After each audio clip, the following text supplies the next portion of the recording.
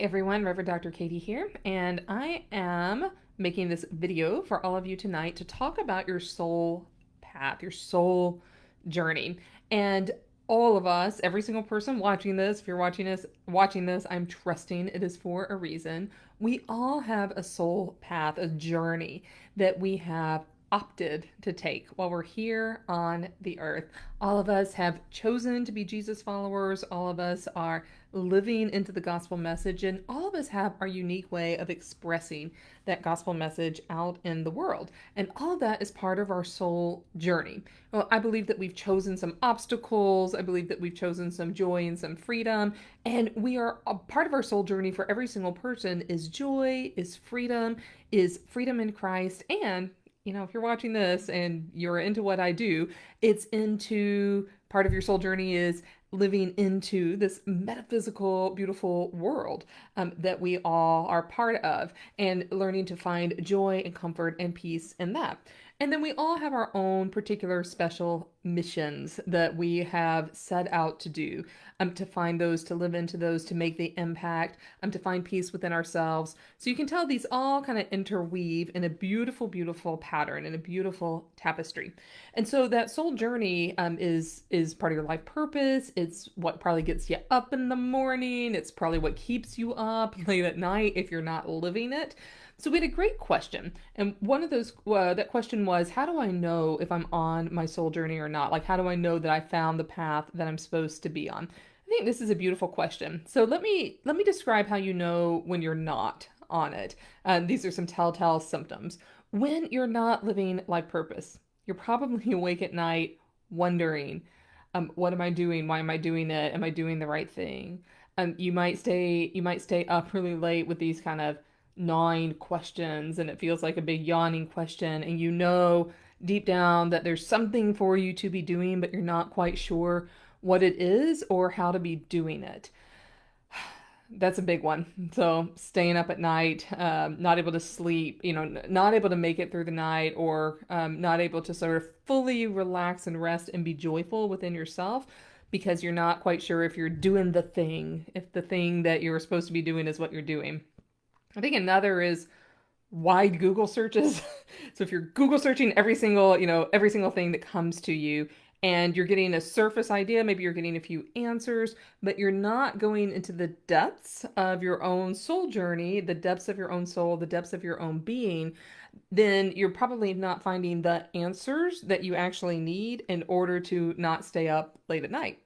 And so those are two just really broad examples I have of how you know that you're not on that soul journey. You're not at peace about it. You're still having big gaping questions about your spiritual life, about your metaphysical life, about how this goes together with Christianity, and you don't find satisfactory answers around that.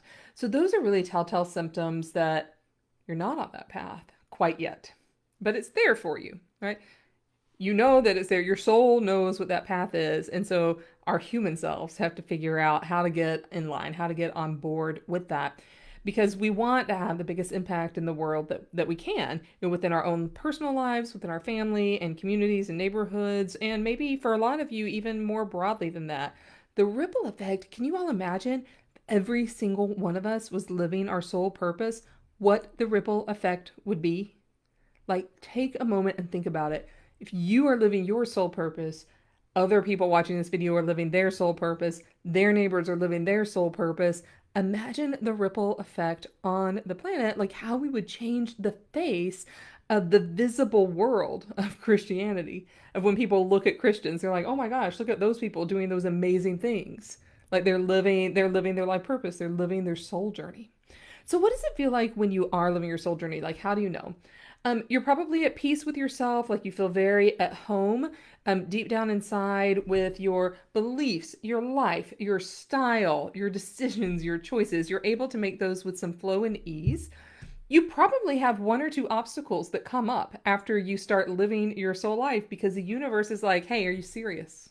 Like, are you absolutely serious? We don't want dilettantes here. Are you serious about this? One or two obstacles will come up, and with the help of metaphysical tools, you learn how to navigate those with grace and ease. You actually are able to turn obstacles into opportunities. So when living our soul journey, those obstacles dissolve and they become just experiences that we learn from and move on to the next thing. So that's another strong indicator that we are living our soul purpose. We don't look at the thing that erupts in front of us and say, oh my gosh, I'm going to give up. I can't do this anymore. I'm just going to go back to the way it used to be. We say, oh my gosh, well, that's really curious. I wonder why that came up. What within me is it causing this obstacle to arise? And then we figure out what the next step is. We probably, when we are living soul purpose, we have a deep abiding joy that survives any temporary obstacles. It survives what seems something that seems insurmountable. When we have that deep abiding joy and confidence in our own life and our own soul purpose, we probably sleep through the night a little bit better. On a consistent basis.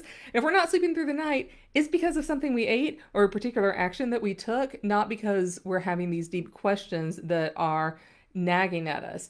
We're not trying to distract ourselves from not knowing that life purpose. Those are all signs we're living our soul purpose with joy. So sometimes we are living a soul purpose without having articulated it, maybe to ourselves or to others.